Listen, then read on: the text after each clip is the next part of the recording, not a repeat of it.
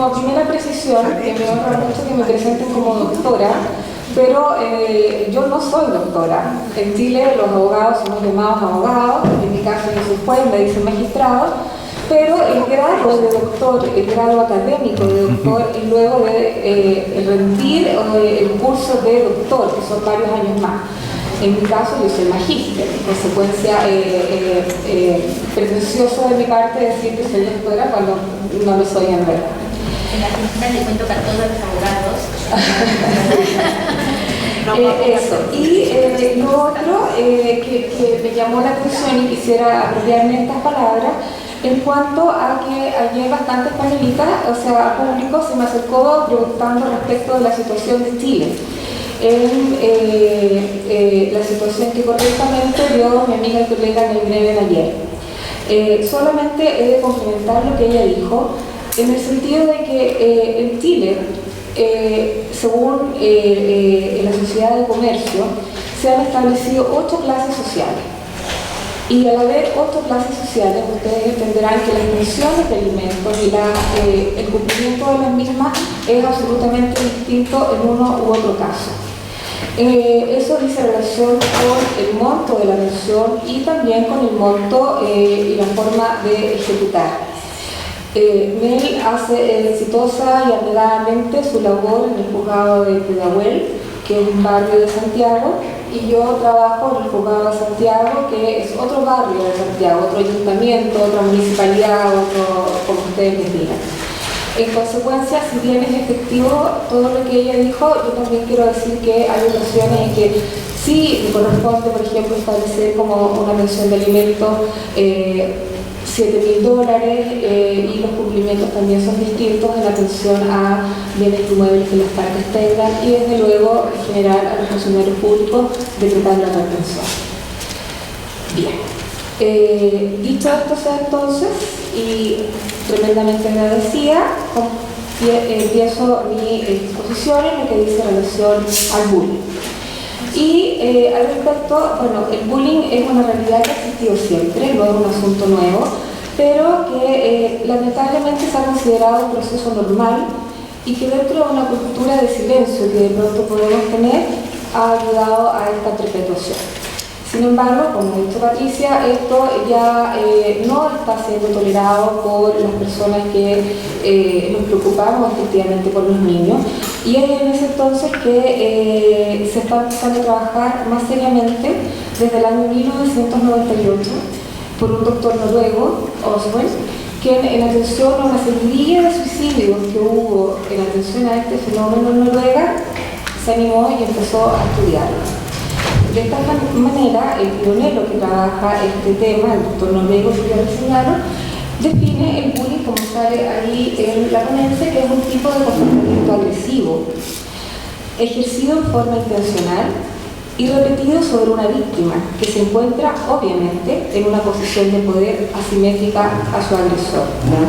Debo señalar también que el término bullying viene del inglés bull, que significa toro, y que el toro, bien saben en español, se asocia a lo que es un animal de fuerza, un animal o una figura de superioridad. De esta forma, para que estemos hablando realmente de lo que es bullying, que es mucho más allá de una burla que un compañero pudiera hacerle a otro, necesitamos que se den copulativamente ciertos requisitos. En primer término, tal como señala, tiene que haber un desbalance de poder. Y este es un poder que se ejerce intimidatoriamente al que es más débil. La víctima es deliberadamente escogida porque es la más débil, no es cualquiera a quien se le puede hacer bullying, sino que este agresor que ya vamos a ver escoge a esta víctima. Además, como requisito, es que tiene que hacerse con la intención premeditada y positiva de causarle daño al niño, y también tiene que ser repetida en el tiempo. No basta una mofa, no basta una molestia en un día, sino que esto tiene que ser repetidamente en el tiempo. ¿Quiénes actúan en este bullying? ¿Quiénes son los que participan en este fenómeno? En primer término, participa el agresor, que también es llamado bullying, que son físicamente, por regla general, mucho más fuertes que sus pares, son dominantes, Son impulsivos, no siguen reglas, no se arrepienten de sus actos y son desafiantes con la autoridad, tanto la autoridad escolar como con la autoridad familiar. También ellos, que es una cosa muy seria, no empatizan con el dolor de la víctima. Al contrario, ellos buscan poder. Y ese poder, lo vamos a ver más adelante, se lo dan el testigo. También es importante señalar, respetando nuestra lengua, que se le suele llamar también matón. Y según la definición de la Real Academia Española, matón es la conducta de quien quiere imponer su voluntad o amenaza por el terror. O sea, siempre aquí hay una conducta intimidatoria. Ahora, el bullying ocurre siempre a espaldas de los adultos. Los adultos no presencian esto, por tanto tienden a minimizarlo. ¿Dónde ocurren estos actos? Estos actos ocurren en los pasillos, en los comedores, en los baños, pero nunca delante de un profesor. También tenemos como actor en este fenómeno la víctima, que también es llamado bully víctima, que son niños inseguros, sensibles, poco asertivos, con pocas habilidades sociales, que tienen un rendimiento escolar inferior al agresor, y es muy fácil que estos niños caigan en depresión y sobre todo en la adolescencia en alcohol y drogas. Yo diría que pese a lo que se cree, el más importante actor en este fenómeno son los testigos, espectadores o también llamados bystanders, que son la audiencia del agresor. Esta audiencia del agresor logra un 60 o un 70% de la sala de clases, del aula. Y estos son los que le dan poder a quien intimida. Si no existe este público, no existe el bullying. En consecuencia, tiene que haber una gran parte de la clase que anime, que respalde, que valide esta agresión. Ahora bien, según la Asociación Nacional Chilena de Pediatría, estableció que solo el 30% de la clase señaló que han intentado ayudar a la víctima. Así de serio es el problema, solo el 30%. Y ellos además, con este fenómeno, no solo le dan poder al intimidador, sino que valoran o consideran respetable la agresión, porque es una persona que puede causar este tipo de daño. Y también hay un segundo universo de testigos que lo visibilizan más los niños que los adultos que hemos podido estudiar el tema, que son los profesores y el personal del colegio, que muchas veces hace caso omiso a esta situación o bien no quieren darle la significativa que esto implica. No obstante, que la ley en Chile señala expresamente que cualquier funcionario o establecimiento educacional dentro de 24 horas debe necesariamente denunciar aquella conducta que se estime como constitutiva de delito. Bueno, la situación del bullying es una situación, como ya he dicho, que se lleva ya hace bastante tiempo y que ha llevado a numerosos lamentables suicidios de adolescentes que la verdad me impresionó mucho al ver los videos que estos niños grababan. Hay un caso muy terrible de una niña canadiense de 15 años cuyo nombre es Amanda Todd, y que ella hace una despedida en un video muy cruento y termina luego con su ahorcamiento. Y así también, este fue el primer caso, por eso ella es más conocida, pero también hace poco dejó una carta muy triste, un niño estadounidense, niños chilenos también lo han hecho, y en el fondo eso sí nos marca la desesperación y la necesidad que ellos tienen de que sean escuchados. Y la verdad es que parece que los adultos no lo estamos haciendo bien. Existen también otras formas de bullying, y la principal de ellas es el ciberbullying, o también llamado e-bullying o ciberacoso, que en realidad no es más que el acoso cibernético entre los pares. Y aquí se usan las nuevas herramientas de tecnología para el maltrato, para la atemorización y la agresión de la víctima. Esto se hace a través de principalmente los celulares, los chats, los mensajes, los correos electrónicos, y lo más terrible es que esto se va como tienen un escudo del anonimato al hacer esta situación, se empoderan y el niño que es víctima siente que no tiene dónde ni cómo refugiarse, porque esto claramente traspasa las paredes del colegio. Esto pasa incluso cuando el niño quiere acostarse a dormir, suena el pitito del celular y lo están molestando. Y sabe que hay una audiencia indeterminada, mucho más allá de su sala de clase, que se está burlando de él. Me parece importante señalar que este ciberbullying, como les explicaba, hace que el acoso escolar se perpetúe durante toda la jornada, que se lleve al hogar, que se lleve a la casa de otra persona. Estos niños no tienen descanso en el sufrimiento que tienen. Y tengo que contarles que en Chile, por ejemplo, nosotros somos alrededor de 17 millones de personas y existen alrededor de 19 millones de aparatos celulares, aparatos móviles celulares. No hay ninguna proporción. Y en Europa, el 80% de los niños entre 5 y 14 años ocupan teléfonos móviles.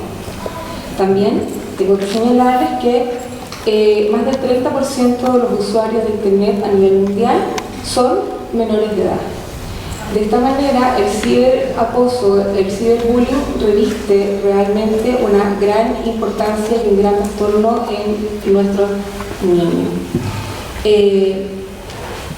Tanto el bullying como el ciberbullying tienen que ser de una persona a otra, no hacia un grupo, no es alguien que se burle del equipo X, el grupo X, sino que a persona determinada que ya dijimos que es escogida, y ambos tienen que ser menores de edad. Eso es imprescindible para que estemos en la presencia de las figuras que les he señalado. Obviamente, el niño investigado tiene más riesgos de padecer enfermedades físicas y psíquicas, fobia escolar, ausentismo escolar, dolor estomacal, y también puede, obviamente, no querer asistir a clase, estar más nervioso, estar más insolente, tal vez con los papás, presentar tristeza, no tener ganas de salir de su casa. Entonces también la invitación es para nosotros los adultos a estar atentos respecto de esto que está pasando. Como ya he dicho, las formas de ciberacoso son todas aquellas que nos está dando la tecnología, le hace correos electrónicos amenazantes, publicaciones en los fotologs, chats, mensajes de texto, fotos, suplantación de identidad, que es sumamente difícil cuando logran hackear la cuenta de cualquier tipo de plataforma y suplantan al niño. Y esto obviamente es un tremendo ataque a la intimidad del niño. Bien. También, ahí estaban los síntomas, como ya les explicaba, de tristeza o depresión, baja de nota, entre las que ya señalé. Otra forma de bullying, con ciertas diferencias que ya vamos a señalar, es el grooming, que en español pudiera traducirse como acicalar. La diferencia de grooming es que el agresor es un adulto. Por tanto, esto constituye una figura de delito. En algunos países está debidamente tipificada en los códigos penales y en otros, como en Chile, se subsume en otras figuras, como por ejemplo almacenamiento y publicación de pornografía, etc. Hay otras legislaciones que sí lo tienen expresamente tipificado como tal. El grooming, a diferencia del bullying, es un proceso. Primero, este adulto pretende crear lazos emocionales con el niño. Va obteniendo de esta forma datos personales y contacto con el niño. Luego aplica tácticas de seducción, de exhibición de material pornográfico y de conductas sexualizadas que este adulto también le exhibe al joven, al adolescente. Con eso logra que este joven acceda también a hacer conductas sexualizadas frente a la cámara. Y eso hace que finalmente este acosador le chantajee para los efectos de que él siga dando más y mostrando más y mostrando más, porque si no él lo va a hacer público. ¿Me explico? Yo la verdad, en mi condición de mamá de niños chicos, me parece tremendo. Y como ya señaló Patricia, que lo vamos a ver a continuación, la ONU se reunió en julio de este año para tratar el tema Y quise copiar unas frases que ahí salen, que yo creo que son del todo decidoras. Comillas. La maestra nos mostró una hoja de papel y nos dijo que podíamos escribir en ella, pisotearla, arrugarla, pero no romperla. Después nos pidió que tratáramos de alisarla, pero era imposible borrar las arrugas. Entonces dijo que eso es lo que pasa cuando es acusado. Eso lo dijo un niño noruego de 12 años. Luego, un joven estadounidense señaló simplemente: te arruina la vida, te roban tu vida, la pérdida de la libertad. Eso es lo que es el acoso. También, un joven de 17 años dice: no siempre se lo cuentas a alguien en la escuela, porque también puede ser una razón para que te acose.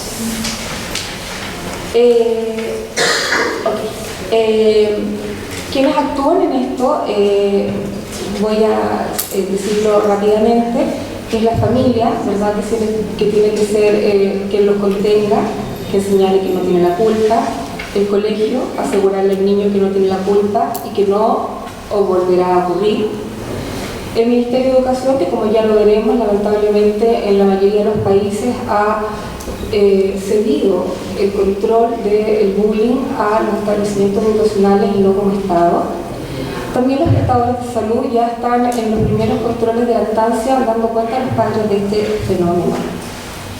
Bien, luego de haberles descrito un poco lo que dice relación con las implicancias y significancias de este fenómeno, lo voy a marcar en lo jurídico, que es a lo que me dedico. Y bueno, en primer término debo señalar que ya en 1948 la Convención Internacional de Derechos Humanos se estableció el reconocimiento de la dignidad intrínseca de los derechos iguales e inalienables de todos los miembros de la familia humana. La misma norma establece que la infancia tiene derecho a cuidados y asistencias especiales. De esta forma, entonces, ahí tengo una frase que la omití, pero que me pareció interesante, de Einstein, que dice que el mundo no está amenazado por malas personas, sino que por aquellos que permiten la maldad. Bien, en cuanto a las normas que se ven vulneradas, que tenemos consagradas en la Convención, el artículo 2 señala que el Estado parte respetará los derechos que en ella se indiquen sin distinción alguna, origen, impedimentos físicos, entre otros. También tomará las medidas apropiadas para garantizar que el niño se vea protegido contra toda forma de discriminación o castigo por causa de su condición. Perdón, el artículo 3.2 señala que los Estados partes se comprometen a asegurar al niño la protección y el cuidado que sean necesarios para su bienestar, que es este famoso artículo 3 que ocupamos para lo que ya se ha referido como el interés superior del niño.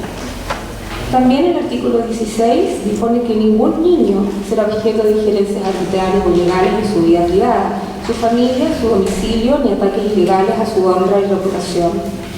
El artículo 19.1 dispone que los Estados partes adoptarán todas las medidas legislativas, administrativas, sociales y educativas apropiadas para proteger al niño contra toda forma de perjuicio o abuso físico o mental, descuido o trato negligente, malos tratos, explotación, incluido el abuso sexual. El artículo 29, a la razón de derecho a educación, dice que se debe inculcar el respeto a los derechos humanos. El artículo 37 de la norma señala que el artículo 37 señala que, ningún niño debe ser sometido a tratos crueles o degradantes.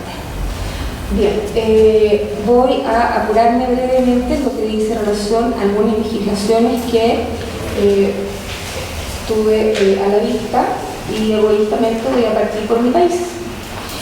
En Chile tenemos una ley que se llama violencia escolar, que en realidad no es una ley, sino que modificó la Ley General de Educación. Y en esta se establece que debe promover la buena convivencia y prevenir toda forma de violencia física o psicológica. Dice que debe crear un comité de buena convivencia escolar y que los establecimientos educacionales deberán contar con un encargado de convivencia escolar. Luego está lleno de palabras lindas que habla de un buen clima escolar, etc., pero la verdad es que el Poder Legislativo chileno ha traspasado esto a cada colegio. En consecuencia, la sanción o el trato que se haga al bullying va a depender del valor que haya hecho uno u otro establecimiento escolar. Cuanto a, bueno, el tiempo me apremia. En Perú existe sí directamente la llamada ley anti-bullying, que también está destinada a promover la convivencia, está redactada bastante similares términos a la chilena. Indica así que necesariamente debe existir un psicólogo y tampoco establece sanciones, sino que ordena que cada establecimiento educacional establezca las sanciones. Especial mención quisiera hacer a la ley de Colombia, que creo que se destaca absolutamente en lo que dice relación con Latinoamérica. Esta es una ley que se crea en el año 2013, en la que también se crea un sistema de convivencia escolar, pero va mucho más allá, puesto que señala que tiene que formar a los niños en el respeto de los derechos humanos. También señala que se tiene que educar para el ejercicio correcto de los derechos humanos, sexuales y reproductivos. Habla del bullying y además señala que, a mí me llama mucho la atención en verdad, que entre lo que resulta distinto, como señalo, debe fortalecer la educación del ejercicio de los derechos humanos, sexuales y reproductivos. Incluso se debe contribuir a la prevención del embarazo adolescente y la reducción de enfermedades de transmisión sexual. Puede de pronto parecer fuerte, pero la verdad es que yo creo que está acorde a los tiempos que estamos viviendo. Yo creo que son temas que se han abordado correctamente. No por eso menos importante, me atreveré a hablar de Uruguay, que me sorprendió mucho que no tengan ley de bullying. Uruguay siempre ha sido pionero en lo que fue el derecho a voto de la mujer, en el matrimonio homosexual, en lo de la marihuana, pero no tienen esta ley. Y bueno, es un proyecto que muy objetivo, porque desconozco, ha presentado el Partido Colorado, no ha sido proyecto de ley aún, tiene más o menos los mismos casos que ya he señalado, los propósitos. Dice que en el año 2013 la Universidad de Montevideo estableció que el 71% de las agresiones ocurren en las salas de clase y señala expresamente lo que otras leyes no indicarían, que es que se prohíben medidas correctivas que constituyen actos de violencia, trato cruel, inhumano o degradante, incluidos los castigos físicos.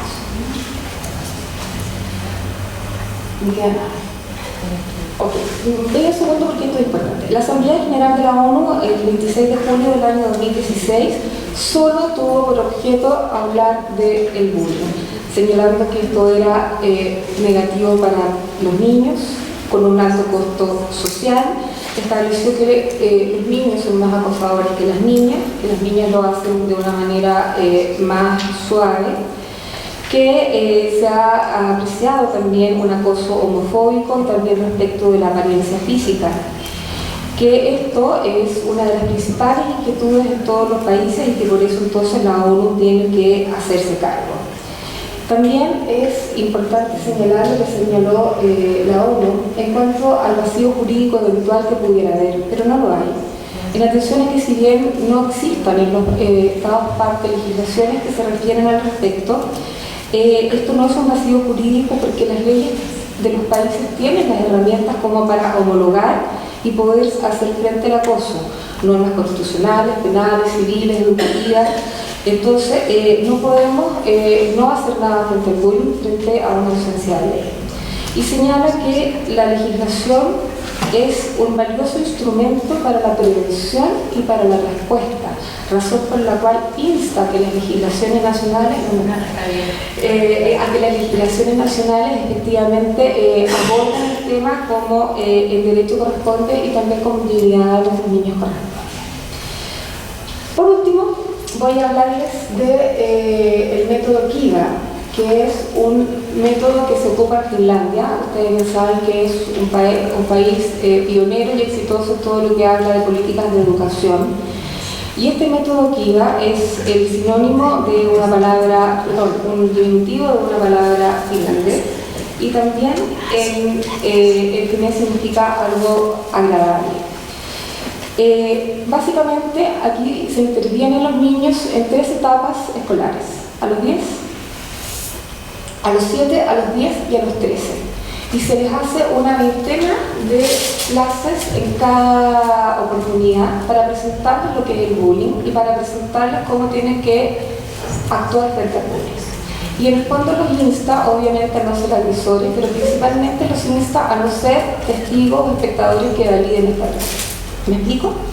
En consecuencia, en los pocos casos que en Finlandia se ha presentado el bullying, cuando aplican el método del Kiva, el 98% de los casos sale adelante, porque los niños no lo validan, no empoderan al agresor, etc.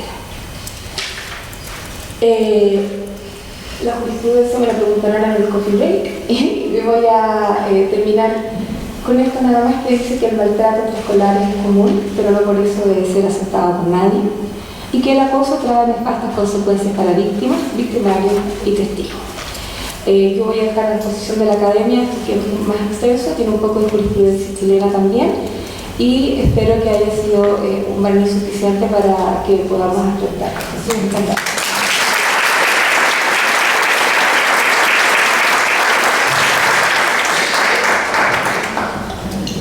Muchísimas gracias, Carolina, realmente fue muy interesante.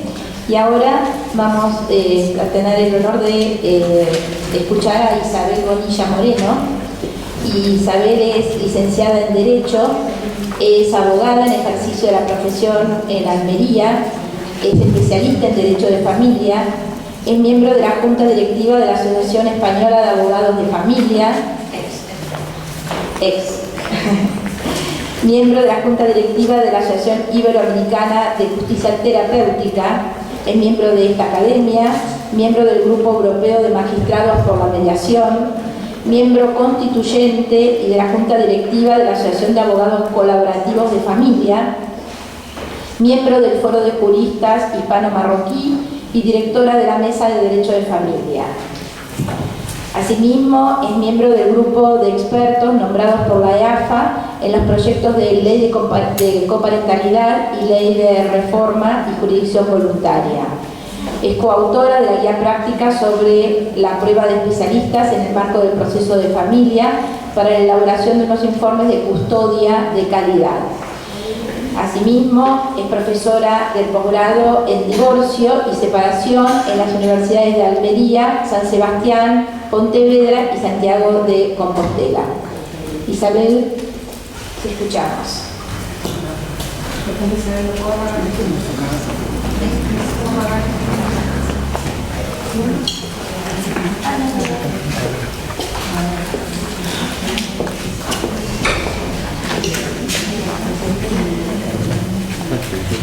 Buenas tardes.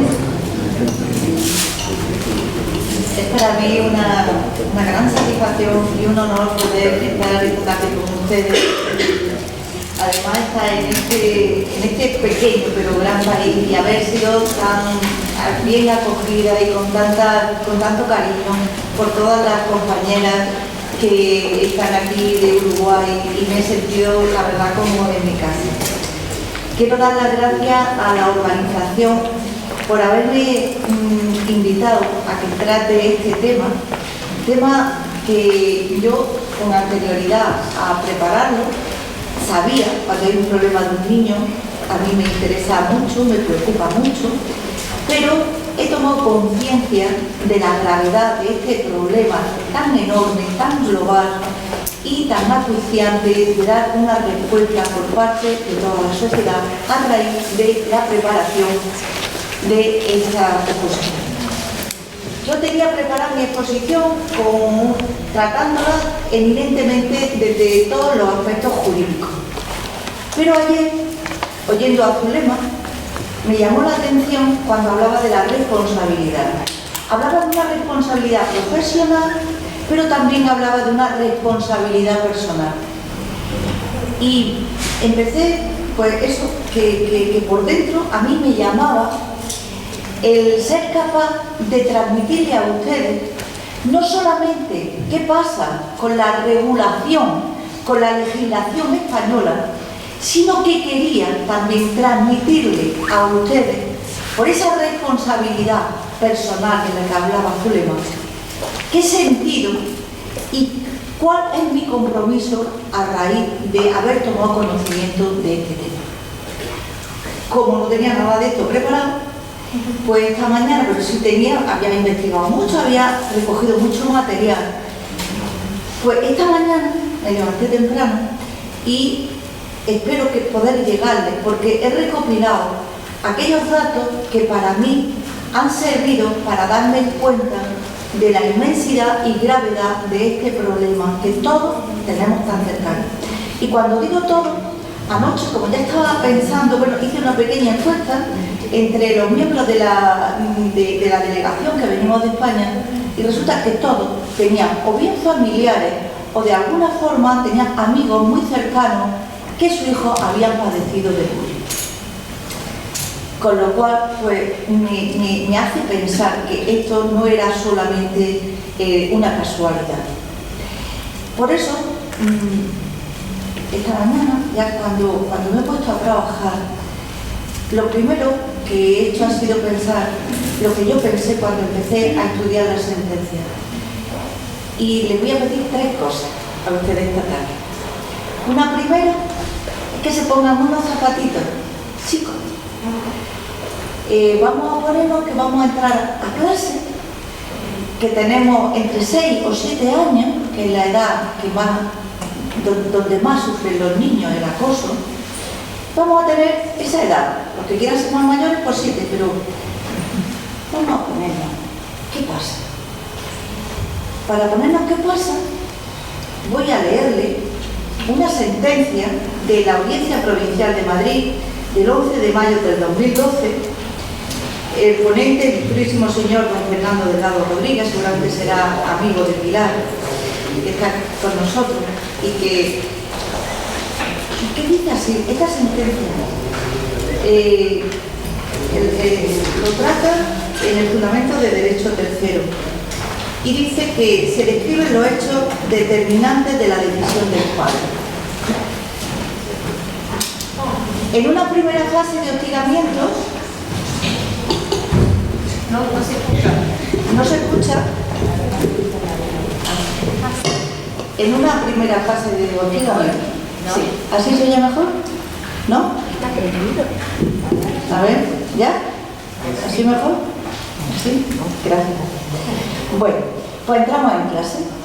Entramos en clase con 25 compañeros y hay 5 que nos están maltratando. Y hacen lo siguiente. Nuestros padres no saben nada y nosotros tenemos pinchazos hasta en 4 ocasiones con lápices, nos dejan marcas. Cuando nuestra madre va a hablar con la profesora, le dice, bueno, ya le he avisado a la madre del otro niño. Nos desaparecen toda clase de objetos y de útiles escolares, nuestros juguetes, nuestras gomas, los lapiceros, las tijeras, las grapadoras, los estuches, el babi. Nuestros padres van y hablan con la profesora y le dicen, es un descuido de su niño.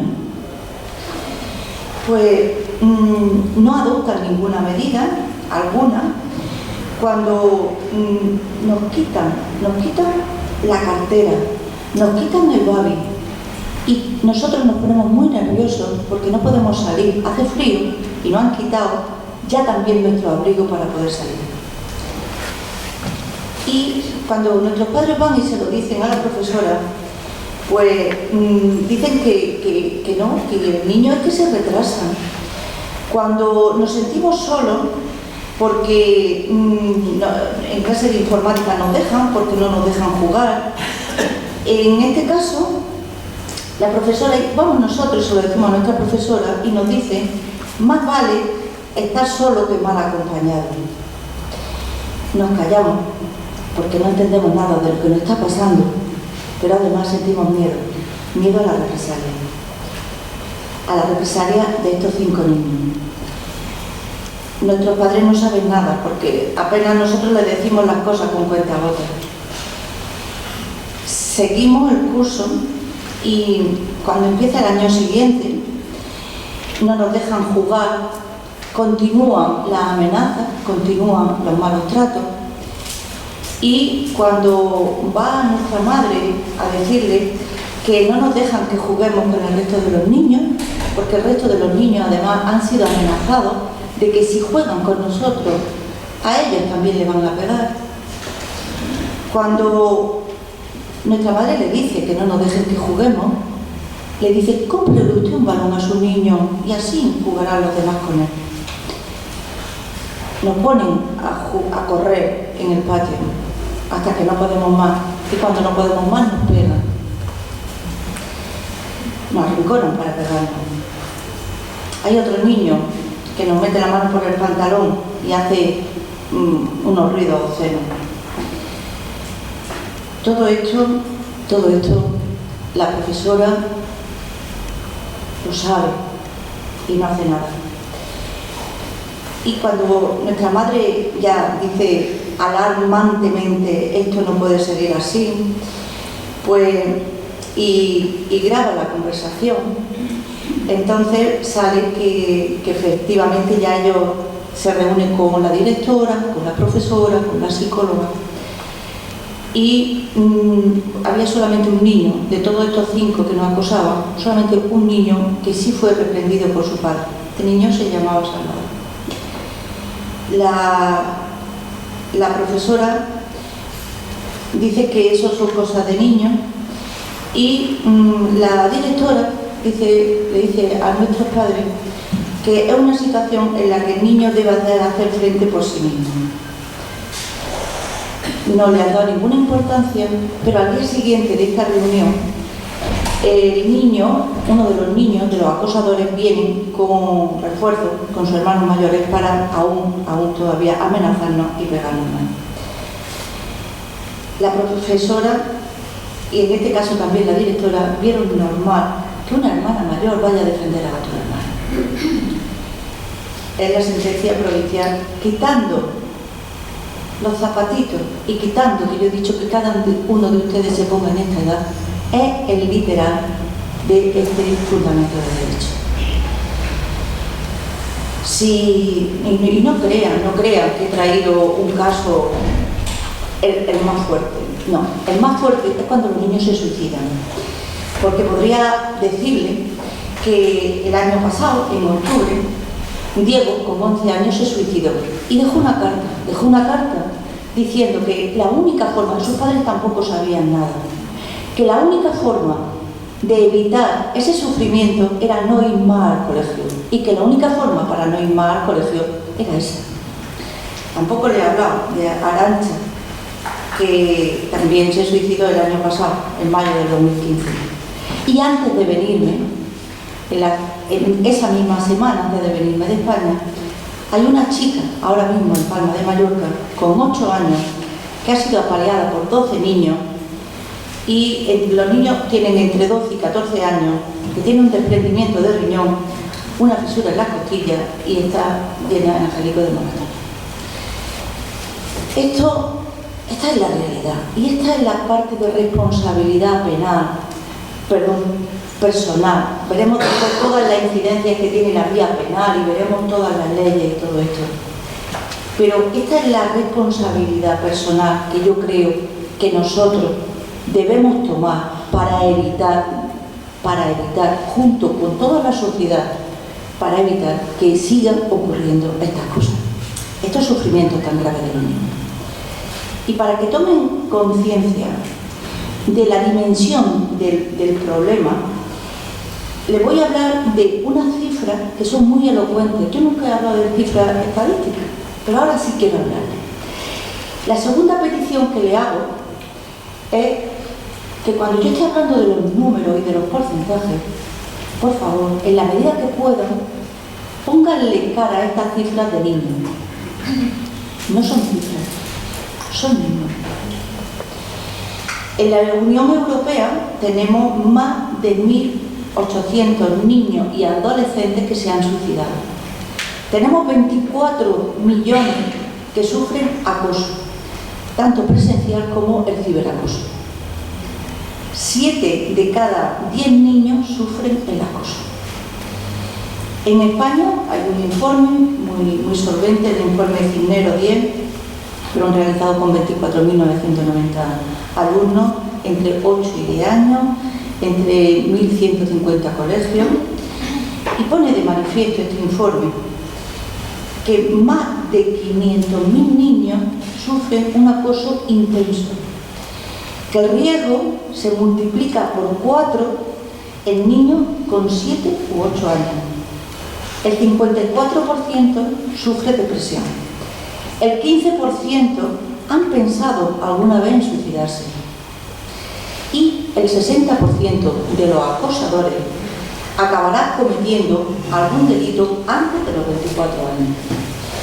Hay otro informe, que es el informe más importante que se ha hecho en España, que es de la Comunidad de Madrid, el informe anual 2015-2016, que después, si tenemos tiempo, puedo hablar un poquito más de él. Pero sí quiero aquí llamarle la atención, porque este informe pone de manifiesto que el 57% de los alumnos silencian todo esto.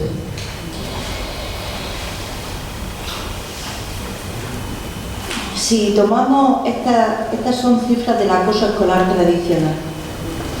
Si mi compañera de mesa, que no la he felicitado, porque está magnífica, ha hablado muy bien de otras formas de acoso a través ahora de las tecnologías de la información y de la comunicación. Uno de ellos es el ciberacoso. Pues es una forma que ahora ya no es solamente que están los niños en el colegio sufriendo, se llevan ese sufrimiento a su casa, sino que ahora está en su último rincón, ahí le llega. Por eso también me parece importante que sigan poniéndole cara a lo que voy a decirle, a otro estudio que se ha realizado por la Fundación ANAR de Ayuda a los Niños y Adolescentes en Riesgo y la Fundación Mutua Madrileña. En este estudio se pone de manifiesto, en cuanto al ciberacoso, que la proporción de ciberacosados aumenta conforme lo hace la edad de la víctima y afecta mucho más, en este caso, mientras que el bullying normal afecta tanto a chicos como a chicas, el ciberbullying, este estudio pone de manifiesto que afecta más a las chicas en un 70,25% de los casos que a los chicos. El hostigamiento, en los casos de ciberacoso, es diario para un 71,8%. 9 de cada 10 víctimas tienen una secuela psicológica. Sufren ansiedad en un 79,5%, seguido de tristeza, soledad y baja autoestima. Uno de cada 10 ha tenido pensamientos suicidas o ha llegado a intentar acabar con su vida.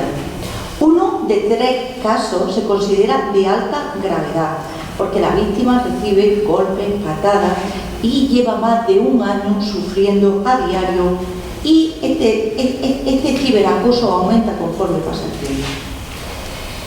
En cuanto a la familia de estos chicos en el colegio, son unas familias convencionales, sin problemas económicos, en más de un 86% de los casos.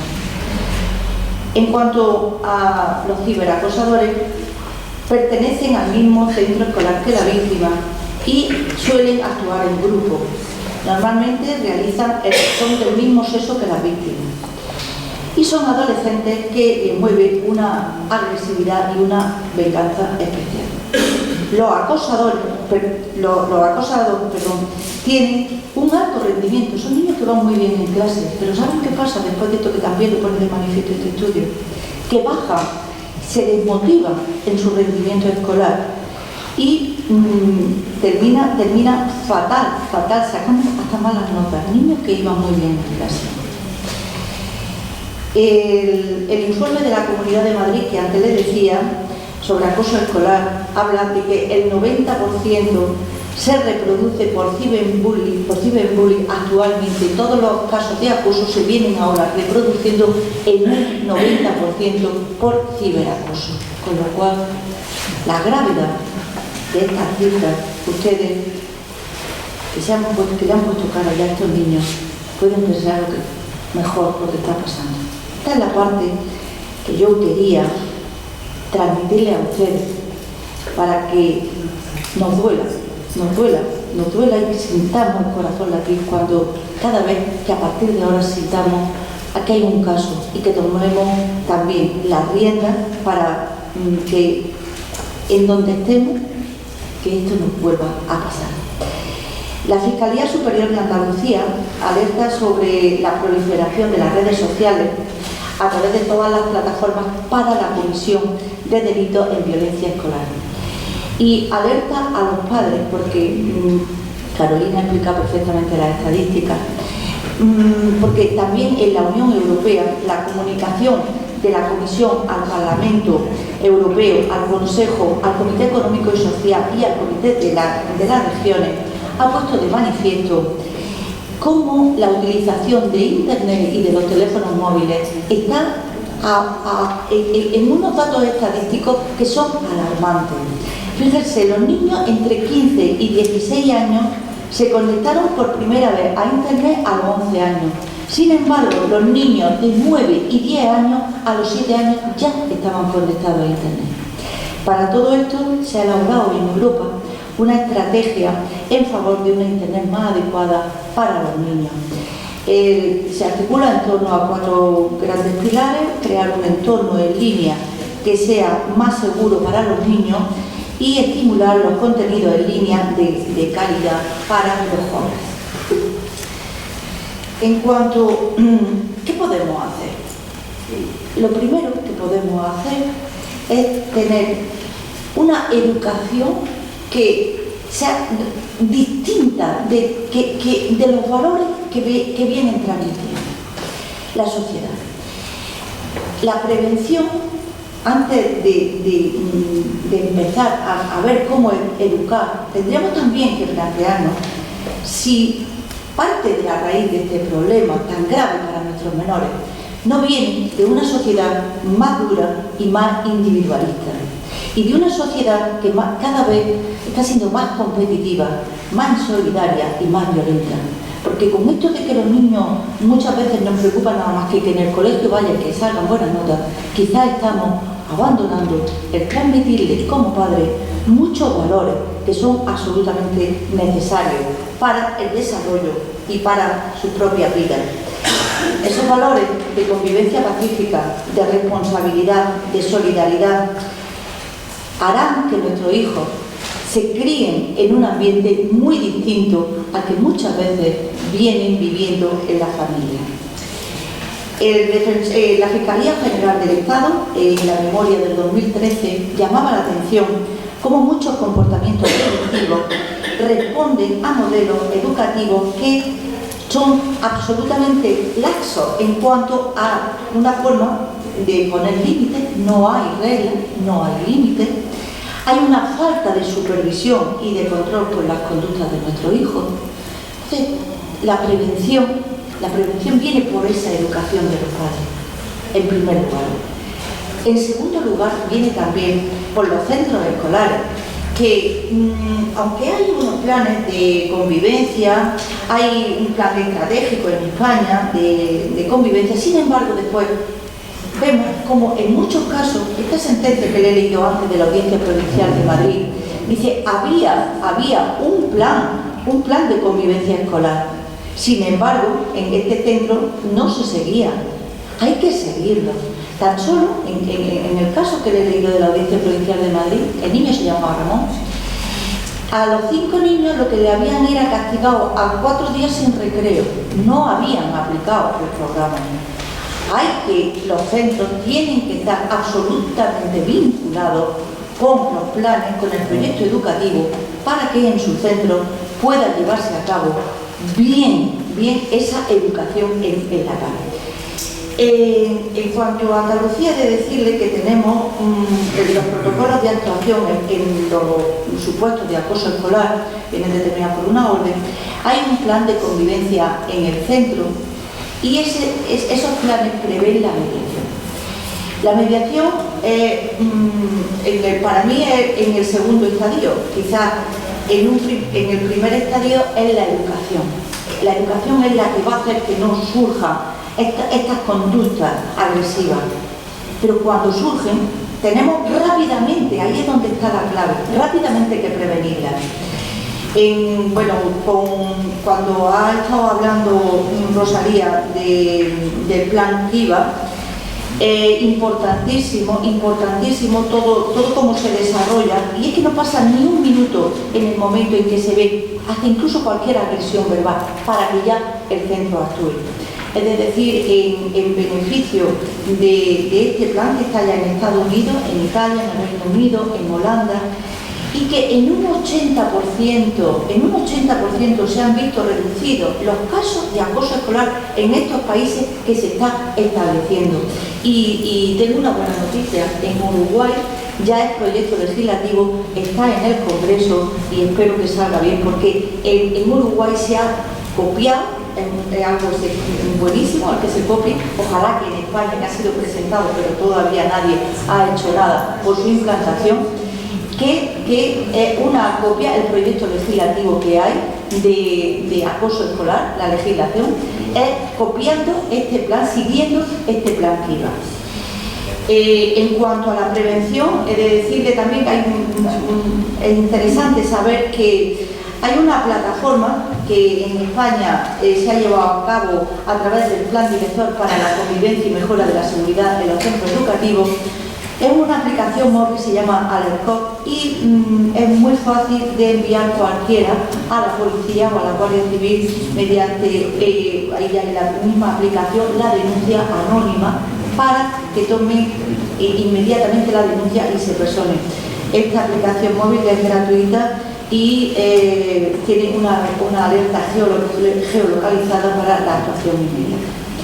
En cuanto a la mediación, no le voy a hablar de los beneficios que tiene ella en las clases, porque de todos ustedes conocidas, abogamos por esa mediación. Y también es de señalar que hay la Fundación Británica Beat Bullying, pues que está en 7 países europeos, ha presentado un proyecto que ha sido subvencionado por la Unión Europea y es la formación de jóvenes para que actúen como mediadores en las clases. Esto es en cuanto a la prevención. En cuanto a la tipificación, le voy a hablar muy brevemente. En España, ¿cómo tenemos tipificado el acoso escolar? Pues penalmente no hay un delito expreso, no hay un tipo expreso que sea de acoso. Pero dentro de los tipos que se prevén en España, pues están perfectamente, se pueden encuadrar, aunque no esté expresamente tipificado, sí se pueden encuadrar en otro tipo de delitos. Hay uno de los más fuertes, el delito contra la integridad moral, pero puede ser encuadrado también en lesiones, amenazas, coacciones, injurias, calumnias. Todos estos tipos pueden ser aplicables. Y además también es posible el concurso de delitos. En cuanto sentencias tenemos, en cuanto a la integridad moral, no hay muchas, porque he de decirles que si después tenemos oportunidad de hablar, en España, a raíz del caso Hawking, un niño que se suicidó a los 14 años, como consecuencia tuvimos una sentencia de la Audiencia Provincial de Guipúzcoa del 15 de julio del 2005 que marcó en España el punto de inflexión sobre el bullying. Pues bien, quería decirle que y antes hay una cosa que quiero llamar la atención. Lo que pasa es que con el tiempo, como vamos así, se me ha olvidado, pero que quiero decir, aunque sea en un minuto, y después, si no hablamos de toda la legislación en España, porque también quiero expresar esta legislación. Pero sí quiero señalarle que frente a la prevención tenemos un gran enemigo, y es lo peor que podamos tener, que es el silencio. Tenemos que romper también en la prevención que se haga con toda la educación de los padres, de los centros, pero también tenemos que estar muy alerta por el silencio. El silencio viene de las propias víctimas, pero viene de los testigos fundamentalmente, el grave problema del mantenimiento del bullying. Como ha señalado anteriormente mi compañera de mesa, si fuéramos capaces de aislar, de suprimir a los testigos, el acosador se quedaba sin ese jaleo que es el que le hace a él que vaya creciendo. Por eso es tan importante la actuación con los testigos. Y es también importante la actuación con los testigos, porque como señala la Fiscalía General también del Estado, estos niños que están siendo testigos están viviendo en un terror permanente, porque saben que en cualquier momento ellos también, que se desvíen, pueden ser ellos el objeto del acuso. Y además también tenemos que señalar que estos niños viven en esa actitud vital de pasividad en la que viven, van después a llevarla, van a ver la violencia como normal, después cuando sean grandes en su vida y las situaciones de injusticia. En cuanto a los padres, el silencio de los padres es uno de los más crueles. Hablando con compañeras ayer que han sufrido directamente, aparte del sufrimiento con su hijo que estaban siendo acosados, es también el ver cómo los padres de los menores agresores se mantenían impasibles y hasta incluso le hacían frente y se ponían, no pasa nada, es que es tu niño, pues ¿cómo es tu niño? No haberlo traído al colegio, o si lo dejaste que fuera una excursión, porque lo dejas, pues cambiarlo de colegio. Estos padres han sido en sentencias en España, una de ellas la de Guipúzcoa, pero en otras sentencias han sido duramente tratados, porque esa sentencia dice, pero sí que, y hay una de la Audiencia Provincial de Madrid de 18 de diciembre del 2008, dice, estos padres vienen ya a apelación, aún negando lo que es evidente, que hasta estaba grabado. Tomemos conciencia, si alguna vez vemos que hay un hijo o cualquier hijo de algún amigo nuestro que sea acosador para evitar y que ese padre o esa madre se ponga inmediatamente a evitar esa conducta. Ahí también tengo que señalar el silencio por parte de los centros. Este silencio es el más interesado. A los centros lo que les importa cuando se están dando casos, y esto no lo estoy diciendo en uno o en dos, será en los centros públicos y en los centros privados. Cuando se está ejerciendo esta violencia en el centro mira para otro lado. Y mira para otro lado diciendo que aquí no pasa nada. Antes le he leído la sentencia que era muy elocuente. Había castigado solamente ese recreo a estos niños 4 días. Y lo ha seguido negando y siguió recurriendo hasta que la sentencia de la Audiencia Provincial de Madrid lo condenó. Hay sentencias en las que hay una que también quiero llamarle la atención, que es también de Madrid, de 16 de septiembre de 2014, en la que dice que la valoración, ojo con la valoración de las pruebas cuando nos vienen de testigos, porque en España el responsable civil es el titular de la responsabilidad civil por unos artículos del Código Civil, es el titular del centro. Entonces nos vienen los psicólogos, los profesores, nos vienen como testigos. Y esta sentencia, que analiza muy bien la prueba, dice, ojo con estos testigos, vamos a ver realmente lo que está pasando, porque son absolutamente cómplices de la situación que han estado viviendo estos niños. Hay más sentencias que después ya podremos tratar, y vuelvo al tema de la tipificación. Le estaba diciendo que no viene tipificado como tal, pero sí podemos encuadrarlo dentro de los tipos que en España se prevén. Y es posible el concurso de delitos, y puede ser la acumulación de varios. En el caso del niño que le decía, el que fue uno de los primeros en España, el caso Hawking, aquí el tribunal apreció la concurrencia, el concurso de varios delitos, pero sin embargo no apreció el de inducción al suicidio. ¿Qué menores son los responsables penalmente en España? Tenemos 2 tramos.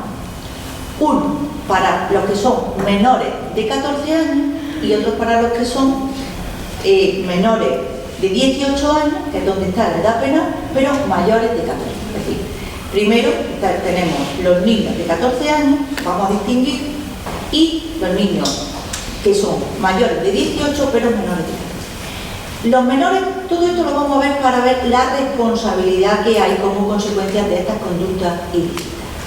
Los niños que son menores de 14 años no son responsables penalmente, son inimputables. Pero ahora después veremos qué responsabilidad puede ser la que tenga.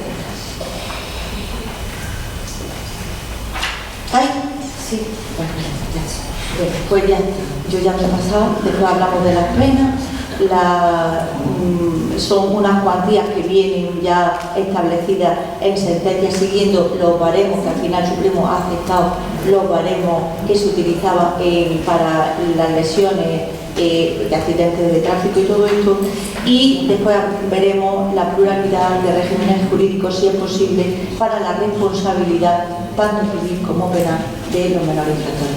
La tercera cosa que les pido es que, si les he podido servir para tomar un poquito de conciencia más de la que ustedes tenían, que quizás la tenían más, yo he sido la que he tomado conciencia a través de la preparación de esta exposición, que sirvan de semillas donde estén cada uno de ustedes en cualquier momento, para que podamos conseguir entre todos una sociedad que sea más igualitaria, que sea más justa, más solidaria, y también para que nuestros hijos puedan no perder la alegría. Muchas gracias.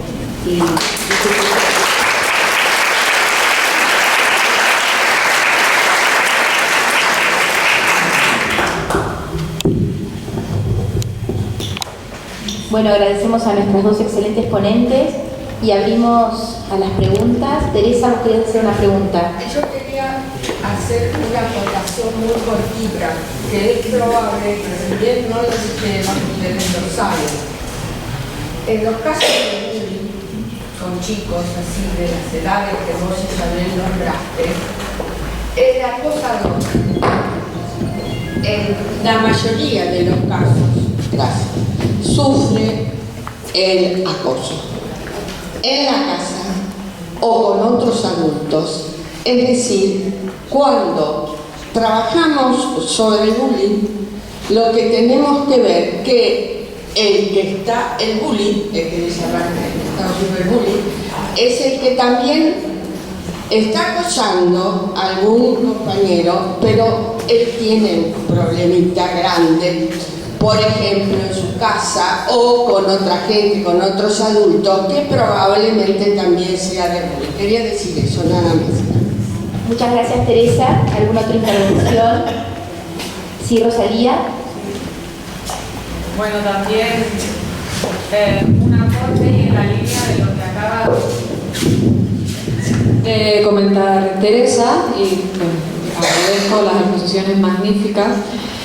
Pues sí, es un problema que lo podemos ver con alarma, pero que fundamentalmente lo que pienso que tenemos que verlo es con conciencia.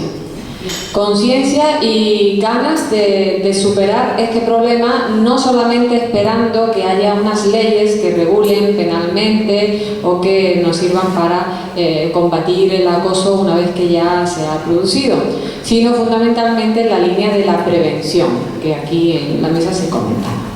En este sentido, mi aporte es comentarles que la Comunidad Autónoma Canaria está muy avanzada en este tema. Y aparte de tener una legislación de mediación familiar y convivencia en los centros, familiar, escolar y convivencia en los centros con protocolos de actuación, tiene un servicio específico que depende del gobierno autónomo de prevención frente al acoso escolar. Este servicio tiene un teléfono gratuito y a este teléfono gratuito puede llamar cualquier persona, tanto si es el directamente afectado como si no, denunciando anónimamente la situación que se esté produciendo. Y ya con esta simple llamada telefónica, que además es un servicio de una unidad que atiende psicólogos y especialistas, se activa todo un mecanismo que entra en el centro donde se esté produciendo esta situación en colaboración con la inspección educativa y pues primero hacen una diagnosis del problema y después actúan. La forma de actuar a mí me parece la mejor, por lo que he podido conocer, y es en el sentido de que se trabaja lo que es no solo ese conflicto puntual, sino la convivencia en el centro, en toda la comunidad educativa. Y se enseña a los niños a través de talleres a gestionar sus conflictos de otra manera. Entonces, la Comunidad Canaria, a través de la Consejería de Educación, lo que está implantando a través de estas órdenes es precisamente este sistema, que creo que es a lo que se debe tender, porque ¿qué podemos hacer? Pues podemos impulsar esto, ¿no? Que desde edades cada vez más tempranas, porque lamentablemente lo que antes se daba con 12 años ahora se está dando con 7, con 6, con 8, desde edades más tempranas se trabaje con los niños en esta línea de gestión de conflictos. Hay colegios ya en la Comunidad Canaria que están muy avanzados en la línea del proyecto que ha explicado Carolina, aplican ese sistema educativo con miras en Finlandia, y no solamente ciñéndose al bullying, sino en general a lo que es la convivencia. Entonces ahí es donde se van inculcando, de estas edades que digo, desde infantil incluso, se les va enseñando mediante juegos, mediante talleres, que sus conflictos no los tienen que solucionar de una forma agresiva. Y también se trabaja con los acosadores. Esto creo que es importante, porque claro, siempre nos ponemos en el lugar de la víctima, y es lógico, tenemos que tener empatía con los niños acosados, con los que sufren, pero a menudo nos olvidamos qué hay, decía Teresa, qué hay detrás de un acosador. ¿Qué hay detrás de un acosador? Y en este programa de la comunidad se trabaja con los acosadores para intentar, claro, esos niños de 6, 7, 8 años, intentar reconducirlos y que no lleguen un día de mañana pues a estos casos drásticos que ha comentado Isabel. Pues en todas partes puede ser carne de cañón de delincuencia y mucho más. Era simplemente el aporte. Me gustaría a mí conocer cómo está esta situación en otros países, si hay estos mecanismos de prevención, si se actúa a nivel escolar en gestión de conflictos, no solamente mediación, sino lo que es la gestión de conflictos en general entre escolares, para prevenir el bullying y otros problemas de convivencia en los centros. Muchísimas gracias, Rosalía. Sí, allá atrás. Si por favor te puedes presentar y decimos de qué país sos. Me llamo Virginia Ginares, soy jueza de familia aquí en Montevideo, uruguaya. Muchas gracias. Gracias. Muchas gracias por las exposiciones, las de hoy, las de ayer y las de la mañana también, que estuvieron muy buenas. A Isabel quería preguntarle, cuando tú hablas de las audiencias, de ese caso de los niños que eran acosados, ¿en qué proceso estamos? ¿Quién era? ¿Qué competencias se estaba desplegando en ese momento y cuál es el trámite de fondo que se estaba gestionando? Perdona, ¿te refieres? Es que en el momento que empezó el problema, ¿en qué era? Cuando tú refieres a esa sentencia, ¿es la culminación de qué trámite? Como para tratar de ubicar. Sí. Es la culminación de una denuncia que pusieron los padres frente al colegio y terminó con sentencia de la Audiencia Provincial de Madrid, que fue firme. Y que es un trámite civil. Es un trámite civil. Verás, es que como ha quedado una parte de la exposición, en España, en 2 minutos la explico, en España se puede exigir la responsabilidad civil aunque no haya ninguna responsabilidad penal, y si hay responsabilidad penal también. ¿Por qué? Porque hay que reparar el daño. ¿Quiénes son responsables civilmente? Pues son responsables directamente el niño, pero cuando el niño no puede responder, porque todavía no tiene la capacidad para responder, responden civilmente sus padres, sus tutores o los titulares del centro. Entonces, hay una responsabilidad según que apliquen. En España tenemos una normativa nefasta en cuanto a la canalización de la responsabilidad, porque podemos tener tres regulaciones distintas. Pero en este caso se utilizó la del Código Civil y respondieron directamente el colegio como responsable a través de la demanda que pusieron los padres al colegio. Hay otras situaciones en las que dentro de todo el procedimiento penal se le exige la responsabilidad civil al colegio. Esto no sé si respondo a tu pregunta. Muchas gracias. Sí. Sí, buenas tardes. Mi nombre es María Elena Menegger, yo soy jueza de familia de Montevideo también. Quería hacer una pregunta a Isabel, agradecer las exposiciones y preguntarle si usted entiende, si en España se pueden adoptar medidas cautelares para evitar esa vulneración de esos derechos de esos niños, si se adoptan, y por qué procesos que se canalizan y si es a través del juez de familia. Pues sí la hay. En principio, en cada uno de los planes de convivencia de los centros que tienen la obligación de adoptar estas medidas, pero también con la última reforma que ha habido de la ley de responsabilidad penal del menor, también ha introducido unas medidas cautelares de alejamiento. Es la primera vez que estamos teniendo estas medidas a través de la reforma última que ha habido. Y si es posible. Lo más importante no es ya desde el tribunal. Esto, cuando Rosalía antes hablaba del plan Kiva, es tan importante esa educación y la respuesta. La educación en el plan de Finlandia lleva a que reciben clases de educación en la convivencia pacífica. Dan instrumentos, dan alternativas. Además, es a través tiene un sistema muy divertido también para los niños, ¿no? No es que están allí los niños, mira niño que la solidaridad, no, lo hacen muy bien. Tienen también unos mecanismos de control fortísimos, tienen una especie de comité para detectar el acoso. Cualquier profesor que vea una palabra disonante, que sea un poco injuriosa, ya se activan los mecanismos. En España no tenemos esos mecanismos tan directamente activados, tan sensiblemente activados, pero sí a través de la denuncia del padre, de la madre, pues sí que se deben de activar esos mecanismos inmediatamente. Hay unos protocolos de actuación en cada centro. Lo malo es cuando el centro no los pone en marcha. Y por supuesto la educación de los acosadores y que algo le está pasando a esa familia también hay que tenerlo muy en cuenta a través de la educación. Pero claro, la prevención a veces no nos hace meternos en la familia, sino que esa familia a su vez tendría que haber sido esos padres también educados de otra forma. Pero sí que tenemos que empezar y cortar ya a base de esa educación con nuestros niños. Sí.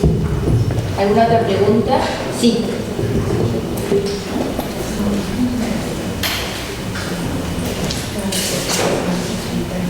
Gracias. Ana Gustavo Bustamante, usted se refirió a algo de prudencia, que no alcanzó a leer, pero muy brevemente me gustaría que me contextualizara en qué, un poco la pregunta que hicieron las colegas uruguayas, en qué contexto se da este procedimiento y ante qué tribunal fueron ventilados, para entenderlo un poco.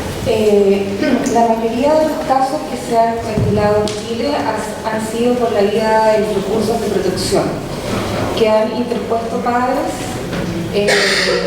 de agresores, vamos a decirlo así, que fueron expulsados por el colegio. Y se vieron a través de recursos de protección que se presentan en el Tribunal de Segunda Instancia y luego se apela ante la Corte Suprema. En 3 de los casos fueron confirmados y el colegio, la Corte más bien salió con un fundamento contractual, en términos de el colegio aplicó correctamente el protocolo que se había establecido. Nosotros no nos podemos meter en la sanción que se establecía como máxima era la expulsión, ergo el colegio está bien, no hay garantía constitucional vulnerada y se resuelve así el recurso de protección. Pero, si me lo permite, hay una jurisprudencia que me llamó muchísimo la atención, dos en realidad. que una me pareció tremendamente innovativa, que fue de un barrio bastante sencillo, tal vez de la ciudad de Santiago, en que se demanda por la vía civil al establecimiento municipal por no haber previsto la situación y por no haber dado cuenta de que la niña estaba llorando, estaba faltando clases, estaba bajando sus notas y que el colegio no hizo nada para indagar. La niña queda destrozada, cae en una anorexia terrible, no muere afortunadamente, y el tribunal de primera instancia y la corte le dan alrededor de 16 millones de dólares. Y eso fue confirmado. ¿16 millones de dólares? No, de Sí, les dio... $16 millones de dólares. No. Son 26 millones de pesos. 16.000 dólares. No son 100 dólares. Bueno, 26 millones de pesos. Cada uno sabe cuánto. 660. Bueno, y los otros, que ahí todos los representantes de la República Uruguaya, que a través de la guía de protección se inició una causa en juzgado de familia, que somos los competentes, en razón de que este joven sufría lo indecible, y lo sufrió durante 3 años. Y estaba en el último año del liceo, y la víctima, el victimario, el agresor, le dice: no me voy a ir del colegio sin antes pegarte un combo, como se llama, un golpe de puño. Y le fractura la nariz gravemente a este otro joven de 17 años.